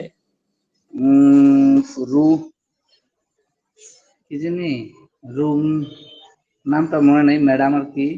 আচ্ছা, যাই হোক, সেই ক্ষেত্রে আমরা যেটা বললাম যে আমরা যারা ডক্টররা এমবিবিএস ডক্টর, আমরা সাধারণত এই সকল ইউনানি বা হার্বাল এই সকল ওষুধ কখনোই প্রেসক্রাইব করি না, ঠিক আছে? এবং এই সকল ওষুধ সম্পর্কে আমরা ধারণা রাখি না। আমরা সাধারণত ফার্মাসিউটিক্যাল কোম্পানি যে সকল ড্রাগ, হ্যাঁ, সেই সকল ড্রাগ গুলো আমরা সাধারণত বাচ্চাদের বা বড় মানুষদেরও সেই সকল ড্রাগ দিয়ে থাকি। আচ্ছা, যেটা বললাম যে এতক্ষণ, এই সকল ওষুধ আসলে আমরা এই সকল ওষুধের গ্রেড সম্পর্কে আমাদের মানে খুবই সন্দেহ থাকে, কারণ এই সকল ওষুধ যেটা বললাম যে একটা স্কয়ার, একটা এসিআই, একটা ফার্মাসিউটিক্যাল ড্রাগ ইন্টারন্যাশনাল, এই সকল ওষুধ কোম্পানিগুলা যে যতটুকু মেনটেন করে, হাইজিন মেনটেন করে এবং ওষুধের মেনটেন করে ড্রাগ গুলা বানায়, লোকাল যে কোম্পানিগুলো আছে সেগুলো সবসময় এরকম মেনটেন করে না। হ্যাঁ, তারা দেখা যায় যে বিভিন্ন ধরনের মানে জোড়াতালি দিয়ে বিভিন্ন ধরনের অবৈধ পন্থা অবলম্বন করে ওই ওষুধগুলা বাজারে চালায়।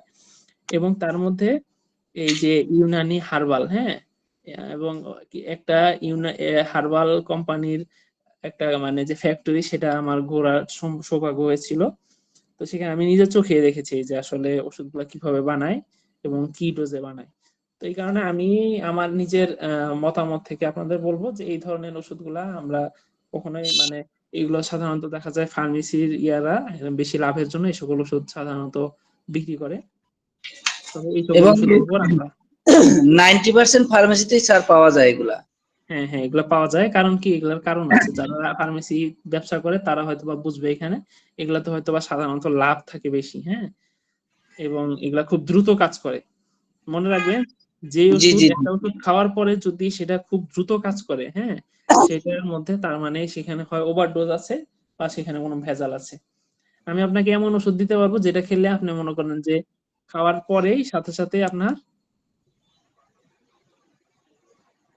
আপনার খাবার খাবার রুচি বেড়ে যাবে। হ্যাঁ, আপনি মোটা হতে থাকবেন আস্তে আস্তে, কিন্তু সেটা আপনার শরীরের পক্ষে খারাপ। এই কারণে আমরা ডক্টররা একটা ওষুধ লেখার আগে অনেক ধরনের চিন্তা ভাবনা করে একটা ওষুধ লিখি, যে এটার পার্শ্ব প্রতিক্রিয়া কি হতে পারে, ক্ষণস্থায়ী মানে এখন কি হতে পারে, দীর্ঘস্থায়ী কি ক্ষতি হতে পারে। তো এই কারণে সকল ওষুধ আমরা করি না ডাক্তারদের, আমরা রোগীদেরকে। আচ্ছা ঠিক আছে স্যার, তাহলে আমি আমার যে বাবুর বয়স হয়েছে 16 মাস, না 17 মাস, এখন ওকে গ্যাসের প্রবলেম হয় মোটামুটি। আচ্ছা, ওরে কি ও হচ্ছে? ওজন কত হতে পারে? ওজন হয়েছে 13 কেজি। 13 কেজি, আচ্ছা 13 কেজি, তো 13 কেজি হলে তাহলে আচ্ছা 13 ও তো 13 কিন্তু খেতে পারবে না, ড্রপে খেতে হবে। হ্যাঁ হ্যাঁ ড্রপে, হ্যাঁ অবশ্যই ড্রপে হবে। এই যে আপনি তাকে তাহলে এই যে ফেমোটিড সিরাপটা, হ্যাঁ এটা যেহেতু ওর বয়স কত বললেন? 17 মাস। 17 মাস। 17 কেজি, তো 13 কেজি 6 মিলিগ্রাম, 6 মিলিগ্রাম, 6 মিলিগ্রাম। মোটামুটি 1 থেকে 2 ড্রপ, হ্যাঁ পরিমাণ খাওয়াইতে পারেন এই যে ফেমোটিড সিরাপটা। হ্যাঁ 1 থেকে 2 ড্রপ ফ্যামোটিডিন। পরিমাণ। হ্যাঁ ফেমোটিড, এই যে এই ফেমোটিড নামে সিরাপ পাওয়া যায় একটা, হ্যাঁ ফ্যামোটিড। এই যে ফেমোটিড সিরাপ, আপনি এটা ছবি স্ক্রিনশট রাখতে পারেন। এটা আপনি রাতে একবেলা করে খাওয়াতে পারেন, ঠিক আছে? জি স্যার, থ্যাংক ইউ স্যার। আচ্ছা ঠিক আছে। আচ্ছা ঠিক আছে, তো যেটা বললাম যে ওখানে ওই লেখাটা একটু ভুল ছিল। তো বাচ্চাদের ক্ষেত্রে 1 বছরের নিচে সাধারণত এই ফ্যামোটিড সিরাপটা খাওয়ানো যায়। হ্যাঁ সেক্ষেত্রে আপনি যে বাচ্চার যে ওজন সেটাকে অর্ধেক করে 0.5 মিলিগ্রাম পার কেজি পার ডোজ, হ্যাঁ এভাবে আপনি 8 সপ্তাহ পর্যন্ত, হ্যাঁ রাতে একবেলা করে রাতে বাচ্চাকে দিতে পারবেন। আর যদি 3 বছরের সাধারণত এজ যদি 3 মাস, হ্যাঁ 3 মাস থেকে 11 বছর টুয়াইস ডেইলি, আর হলো এজ আপ টু। আচ্ছা এত কিছু জানার দরকার নাই, এখান থেকে সহজভাবে মনে রাখেন যে যে বাচ্চার যে ওজন সেটাকে আপনি 0.5 মিলিগ্রাম হিসেবে ভাগ করবেন। এম, মানে একটা যে ওজন হবে তার অর্ধেক, অর্ধেক মিলিগ্রাম সেটাকে আপনি এই যে সিরাপের যে মাত্রা সেটা দিয়ে হিসাব করে ওই পরিমাণ ওই ড্রপে ওষুধ বাচ্চাকে খাওয়াইতে পারেন। আচ্ছা তাহলে এখন আসি যে এর যে কোনো উপাদানের প্রতি হাইপার সেনসিটিভিটি। আচ্ছা কন্ট্রাইন্ডিকেশন কি যেটা বললাম, যে যদি সেটার প্রতি যে কোনো ওষুধের প্রতি হাইপার সেনসিটিভিটি থাকে, সাইড ইফেক্ট হতে পারে, এটা সাধারণত হয় না আবার হতেও পারে, হ্যাঁ যেমন পাতলা পায়খানা, কোষ্ঠকাঠিন্য, বমি ভাব, পেট ব্যথা, মাথা ব্যথা এসব হতে পারে। প্রেগন্যান্সিতে অনুমোদিত নয়। এখানে কিছু কিছু জিনিস ভুল আছে আসলে। প্রিকশন সতর্কতা, দীর্ঘদিন সেবন করা থেকে বিরত থাকুন। যে কোনো গ্যাস্ট্রিক বা এই ধরনের ওষুধ দীর্ঘদিন সাধারণত আমরা ব্যবহার করতে না করি। এটা সংমিশ্রণ হলো অ্যান্টাসিড, কিটোকোনাজল, ইট্রাকোনাজল, এই সকল ওষুধ খেলে সাধারণত এই ওষুধের যে অ্যাবজর্পশন রেটটা এটা কমে যায়। এই কারণে আমরা বলি যে খাবার আধা ঘন্টা আগে এই সকল গ্যাস্ট্রিকের ওষুধ খাবে এবং খাবার আধা ঘন্টা পর অ্যান্টাসিড সিরাপ গুলা সাধারণত আমরা খেতে বলি। আচ্ছা অমিপ্রাজল কি? অমিপ্রাজল ট্যাবলেট ফর্মে পাওয়া যায়। এর বাণিজ্যিক নাম হলো সেক্লো, হ্যাঁ অমিপ, বিভিন্ন নামে কোসেক নামে পাওয়া যায়।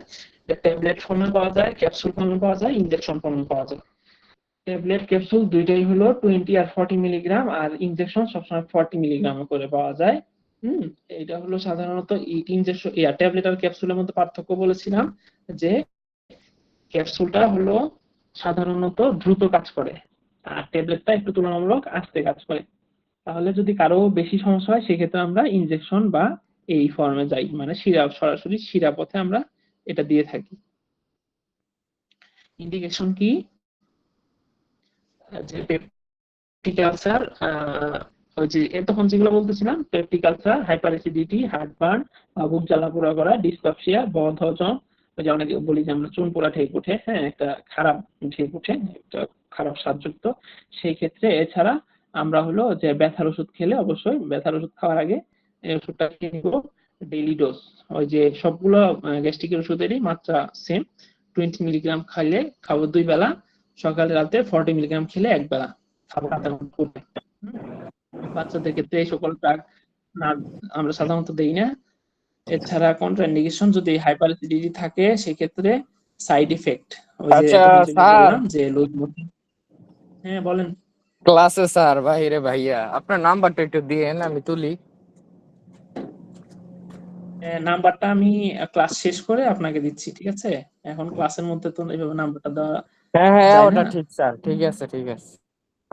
স্যার আচ্ছা ঠিক আছে, ক্লাসের মধ্যে নাম্বার আর চাইলে যদি ক্লাস যখন দিবেন তখন নাম্বারটা দিয়ে দেন স্যার ক্লাসের সাথে। আচ্ছা ঠিক আছে, শুনুন আমার নাম্বার হলো আপনাদের এই যে ইয়াতে কোচিং সেন্টারে দেওয়া আছে, হ্যাঁ, যদি কারো প্রয়োজন হয় সেখান থেকে নিয়ে নিতে পারবেন, আর আলাদাভাবে যদি প্রয়োজন হয় এটা আমি দিয়ে দিব, সমস্যা নেই। ঠিক আছে,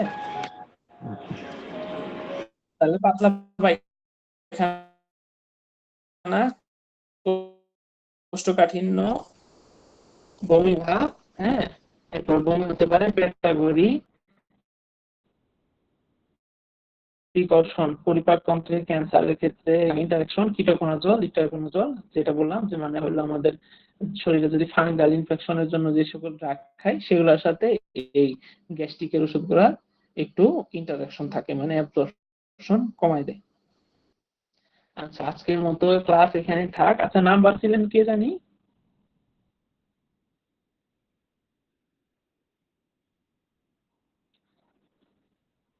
হ্যালো, শোনা যাচ্ছে আমাকে? জি ক্লিয়ার। আচ্ছা ঠিক আছে। আচ্ছা যে নাম্বার চেয়েছিলেন সে অফিস থেকে যোগাযোগ করে আমার নাম্বার নিয়ে নিন, হ্যাঁ, আমি পরে দরকার হলে নাম্বার আলাদাভাবে দিয়ে দিব আপনাকে। আচ্ছা তাহলে আজকের মতো কি আরো কোনো প্রশ্ন আছে কারো? স্যার আপনাকে গত ক্লাসে বলছিলাম যে যে বাচ্চাদের যে ডোজটা আপনার ঠান্ডা জ্বর কাশি হুম হুম হুম। ডোজটা একটু দিতে হ্যাঁ ওই বলছিলাম। যে ওটা তো আমি বললাম যে আমি আসলে হ্যাঁ ডোজের একটা শীট আমি বানায় দিব নি নেক্সট ক্লাসে আমি। আর এমনিতে এখন পর্যন্ত যে সকল ড্রাগ পড়াচ্ছি এগুলার ডোজ কিন্তু আমি মুখে মুখে বলে দিচ্ছি, যেমন আজকে একটা ফেমোটিডিন ড্রাগসের একটা ডোজ আমি কিন্তু বলেছি, এটা আপনি নোট করে দেখেন, হ্যাঁ, যে 0.5 মিলিগ্রাম, হ্যাঁ, যে হ্যাঁ বাচ্চার যে ওজন সেটাকে আপনি 0.5 মিলিগ্রাম দিয়ে ভাগ করবেন, মানে হলো বাচ্চার ওজন যত। আমি প্রত্যেকটা ড্রাগ পড়ানোর সময়ই সেটার বাচ্চাদের ডোজ এটা আমি বলে দিই, হ্যাঁ, এটা আপনি নোট করে রাখবেন সাথে সাথে। আর এছাড়াও যদি আলাদা করে কোনো পরিমাণ প্রয়োজন হয় এটা আমি একটা শীট আকারে দিয়ে দিবনি। তবে এখন যেগুলো আমি ড্রাগ পড়াচ্ছি প্রত্যেকটারই ড্রাগের যে বাচ্চাদের পরিমাণ কতটুকু দিতে হবে সেটা আমি বলে দিচ্ছি, হ্যাঁ। তো তাহলে যে আজকে ফেমোটিভ যে ড্রাগটা বললাম এটার ড্রাগের হিসাবটা মনে রাখবেন যে বাচ্চার যে ওজন সেটাকে অর্ধেক করবেন, মানে বাচ্চার ওজনকে হাফ দিয়ে ভাগ করবেন, এরপর যতটুকু হবে সেই পরিমাণ ওষুধ তাকে আপনি বাচ্চাদের ক্ষেত্রে যদি এরকম হয় যে 3 মাসের আগে সাধারণত এক বেলা করে রাতে দিবেন, আর 3 মাসের পর থেকে 2 বেলা করে দিতে পারেন, বুঝতে পেরেছেন? বুঝতে পারছি।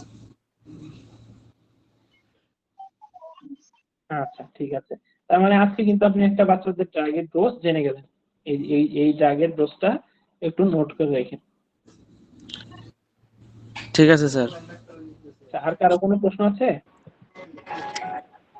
স্যার বাচ্চাদের ওষুধগুলো একটা মিক্স করে দিলে ভালো হবে।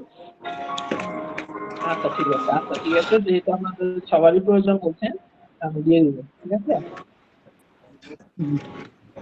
আচ্ছা, বাচ্চাদের ঠিক আছে, আজকে অনেক সময় হয়ে গেল, তাহলে আজকের মতো আমরা ক্লাসটা শেষ করি। ইনশাআল্লাহ নেক্সট সপ্তাহে ক্লাসে দেখা হবে। আজকের মতো এখানে শেষ করছি।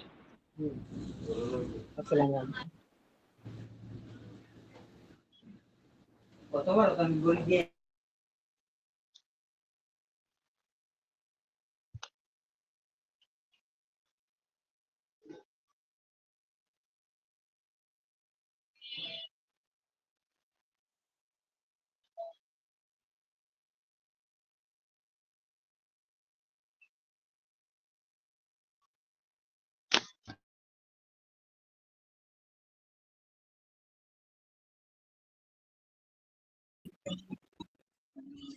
পয়েন্ট ফাইভ দিয়ে কি ভাগ করতে বললো না গুণ করতে বললো?